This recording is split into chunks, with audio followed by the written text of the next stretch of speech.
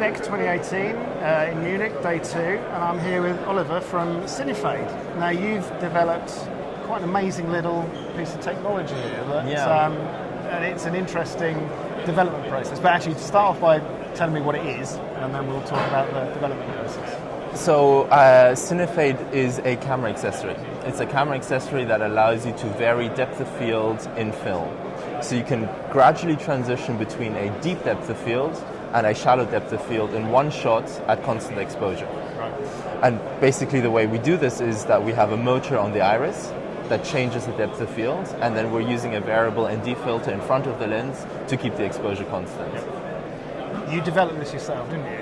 Yes, so basically I had the idea a few years ago, and I approached cmotion with the idea, and they were very open to do a partnership, and we've developed this product over the last 2 or 3 years and gotten it to the stage now where it was rental only before, but now we have a sellable product. Yes, yeah. That sounds very easy to say we developed it over a few years, but I bet in that time there's been some soul searching, and it's taken a lot of determination to get from that idea to realisation. Definitely. That's down to you, isn't it? That's been me. I mean, it's been me spearheading this whole idea, from the idea to the stage where we are now.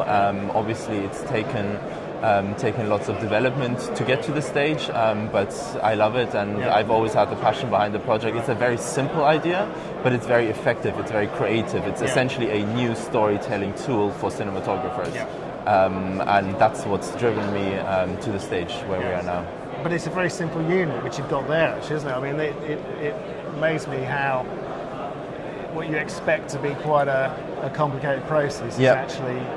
So the system works by having a motor on the iris, which is then connected to this variable ND filter. So what we have here is 2 polarizing filters, one which is static and one which is rotated. And they sit together in the matte box and slave to the iris motor to change the depth of field. So whenever the iris opens up, the ND filter will become darker. Fantastic.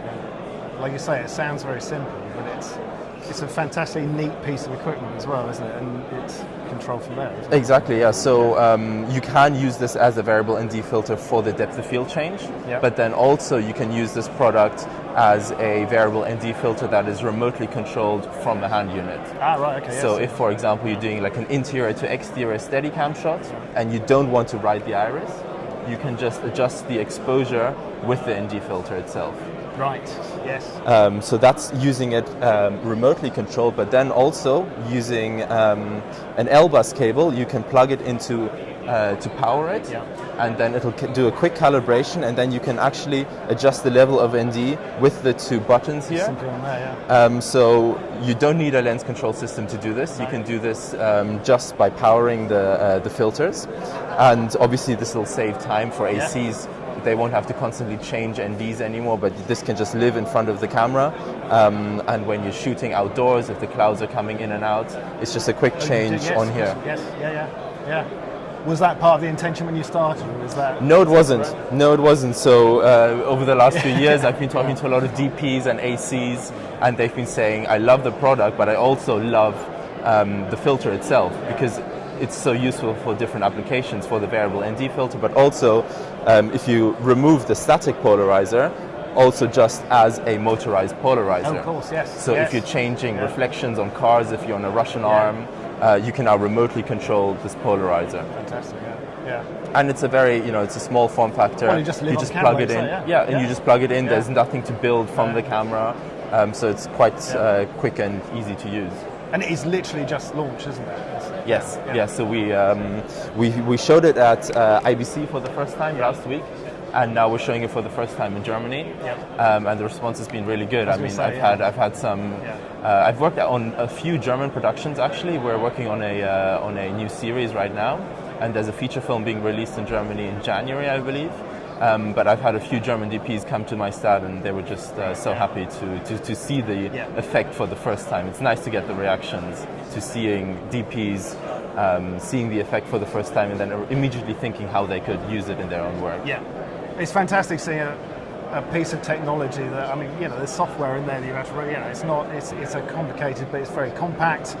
It's intuitive to use, but that small piece of kit translates into a fantastic mood-changing or mood-accentuating visual tool, isn't it? Absolutely, yeah. I mean, the simple ideas, I guess, are the best, and I'm still amazed why nobody else has come up with something similar. Yeah, because it is, in terms of cinematography, it is very simple, and then the implementation of the software is something that cmotion and I worked on together.